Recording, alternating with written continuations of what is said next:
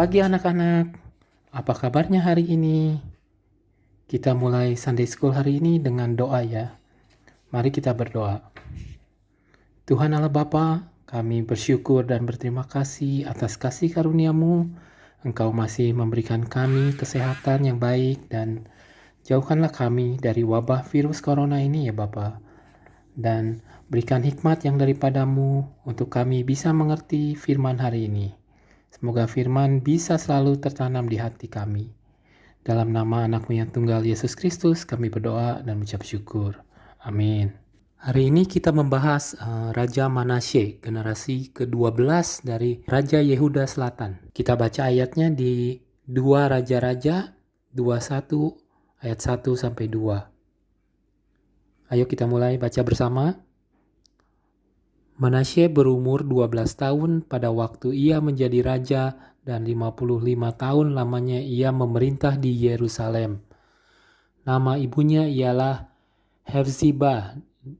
Ia melakukan apa yang jahat di mata Tuhan sesuai dengan perbuatan keji bangsa-bangsa yang telah dihalau Tuhan dari depan orang Israel. Ayah Manasye adalah Raja Hizkia. Raja Hizkia pasti telah mengajari dan mendidik putranya selama 11 tahun masa pemerintahan bersama. Akan tetapi, Manasye tidak seperti ayahnya.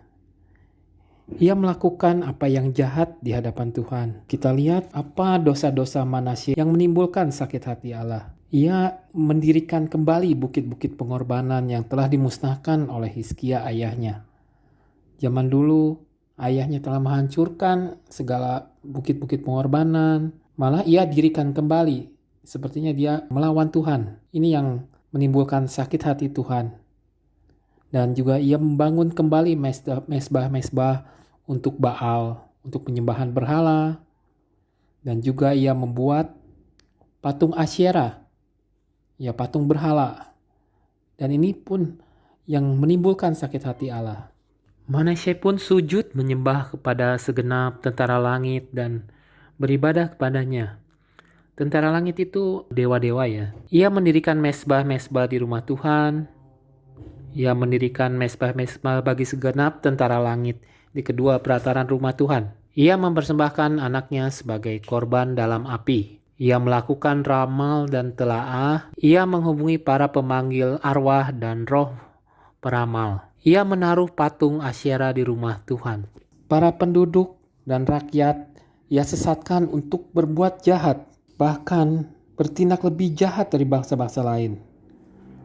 Saat itu para nabi mempertaruhkan nyawa untuk memperingatkan mereka agar mereka dapat menyadari dosa-dosa mereka. Akan tetapi mereka tidak mendengar seruan para nabi. Dan ia pun mencurahkan darah-darah orang yang tidak bersalah hingga dipenuhinya Yerusalem dari ujung ke ujung. Manasye pun membunuh bila ada orang yang menegur dosanya. Saat itu menurut legenda Yahudi, dikatakan Manasye bahkan membunuh Nabi Yesaya dengan menggergaji tubuhnya menjadi dua. Karena pemerintahan Raja Manasye yang begitu jahat, pasti Tuhan menghukum. Dan kita lihat apa hukuman yang diberikan oleh Tuhan. 1. Tuhan akan mendatangkan malapetaka yang membuat orang yang mendengarnya menjadi bising. Kita lihat ayatnya di 2 Raja-Raja 21 ayat 12. Kita baca bersama. Sebab itu beginilah firman Tuhan Allah Israel. Sesungguhnya aku akan mendatangkan malapetaka atas Yerusalem dan Yehuda, sehingga setiap orang yang mendengarnya akan bising kedua telinganya. Firman ini adalah pernyataan Allah bahwa ia akan menjatuhkan penghakiman yang mengerikan yang tidak pernah terdengar di masa lalu. Yang kedua, hukumannya, Tuhan akan menghapuskan Yerusalem. Kita lihat ayatnya di 2 Raja-Raja 21 ayat 13. Kita baca bersama. Dan aku akan merentangkan atas Yerusalem tali pengukur sama seperti atas Samaria dan tali unting-unting sama seperti atas keluarga Ahab. Dan aku akan menghapuskan Yerusalem seperti orang menghapus pinggan, yakni habis dihapus dibalikan pula menungging. Di sini Allah ingin menghakimi Yehuda Selatan sama seperti menghakimi Israel Utara yang telah mengkhianati firman Tuhan. Karena dosa-dosa Manasye memancing Allah untuk menjatuhkan penghakimannya yang adil sehingga menjadi penyebab langsung yang membawa kehancuran bagi kerajaan Yehuda Selatan. Seperti yang ditunjukkan namanya, Manasye menyebabkan dirinya dan seluruh kerajaan melupakan total hukum Allah. Hukuman yang ketiga, Yehuda akan dibuang dan diserahkan ke tangan musuh. Kita baca ayatnya di 2 Raja-Raja 21 ayat ke-14. Kita baca bersama ya. Aku akan membuang sisa milik pusakaku dan akan menyerahkan mereka ke dalam tangan musuh mereka, sehingga mereka menjadi jarahan dan menjadi rampasan bagi semua musuh mereka.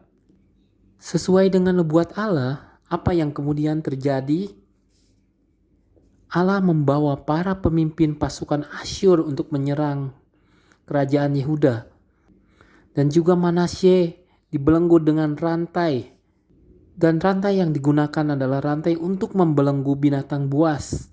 Manasye dibelenggu dengan erat seperti binatang buas dan dibawa ke Asyur sebagai tawanan. Ketika Manasye diseret sebagai tawanan, ia akhirnya menyadari dosa-dosa masa lalunya dan ia bertobat. Apa yang dilakukan Manasye saat di Babel? Ia merendahkan dirinya dan bertobat. Di sini ia merendahkan dirinya seperti dia berlutut, bersujud, dan menganggap dirinya barang yang lebih rendah dari manusia dan juga menjadi seorang terkutuk. Dan ia benar-benar bertobat, menandakan bahwa ia itu benar-benar bertobat dari dalam hatinya. Dan Tuhan pun akhirnya mendengarkan doa-doanya dan menjadikannya dia sebagai raja kembali selama 6 tahun. Allah telah mendengar pertobatan yang tulus dan permohonan yang sungguh-sungguh dari Manasye. Oleh karena itu, Allah membuat dirinya itu dapat kembali ke Yerusalem dan menempatkannya kembali ke tahta raja. Dan pada akhirnya Manasye menyadari bahwa Tuhan adalah Allah. Setelah Manasye bertobat, kembali ke Yerusalem dan menjadi raja kembali, ia mulai mendirikan tembok-tembok pertahanan yang sangat tinggi. Dan ia pun menempatkan panglima-panglima perang di tiap kota. Dan ia menjauhkan allah-allah asing dan berhala dari rumah Tuhan. Ia pun menghancurkan dan membuang semua mezbah yang didirikan di atas gunung rumah Tuhan dan di Yerusalem dan membuangnya keluar kota. Ia pun menegakkan kembali mezbah Tuhan, mempersembahkan korban keselamatan dan korban syukur di atasnya. Ia pun menyerukan kepada rakyat untuk beribadah hanya kepada Tuhan saja. Semua tindakan ini mengajarkan kepada kita bahwa pertobatan harus diikuti dengan perbuatan yang memutuskan hubungan dengan cara hidup yang lama. Apa yang dapat kita pelajari dari pelajaran hari ini? Saat itu rakyat masih mempersembahkan korban di bukit-bukit pengorbanan meskipun hanya kepada Tuhan. Ini menunjukkan bahwa hati rakyat sudah keras karena berhala. Jadi seperti sulit untuk merubahnya. Dan kita pun dapat belajar di setiap dosa yang kita perbuat pastilah akan dihakimi oleh Tuhan. Ayatnya ada di Matius 12 ayat 36 sampai 37. Kita baca ayatnya. Akan tetapi aku berkata kepadamu, setiap kata sia-sia yang diucapkan orang harus dipertanggungjawabkannya pada hari penghakiman. Karena menurut ucapanmu engkau akan dibenarkan dan menurut ucapanmu pula engkau akan dihukum. Walaupun kita orang yang berdosa, tetapi jika kita bertobat bersungguh-sungguh seperti Manasye, maka Tuhan pastilah akan mengampuni kita. Kita baca ayatnya di Yesaya 1 ayat 18. Mari kita baca bersama. Sekalipun dosamu merah seperti kirmizi, akan menjadi putih seperti salju. Sekalipun berwarna merah seperti kain kesumba, akan menjadi putih seperti bulu domba. Jadi kita bisa belajar, bila kita berbuat dosa, kita haruslah bertobat. Tetapi bertobat bukan hanya dengan kata-kata saja, melainkan berbalik meninggalkan tempat dosa dan berusaha untuk menjalani kehidupan yang menjaga firman Tuhan. Kita baca ayat yang terakhir di Kolose 3 ayat 17. Kita baca bersama ya. Dan segala sesuatu yang kamu lakukan dengan perkataan atau perbuatan, lakukanlah semuanya itu dalam nama Tuhan Yesus, sambil mengucapkan syukur oleh Dia kepada Allah Bapa kita. Amin. Mari kita tutup dengan doa. Allah Bapa yang baik, terima kasih atas pelajaran firman hari ini. Kita bisa belajar tentang Raja Manasye yang telah berbuat dosa, tetapi akhirnya bisa bertobat dan berbalik kepada Tuhan. Sekiranya kami yang telah berbuat salah dan dosa haruslah bertobat dan kembali ke jalan Tuhan. Terima kasih Bapa. Dalam nama Yesus Kristus kami berdoa dan mengucap syukur. Amin. Mari beri kemuliaan kepada Tuhan.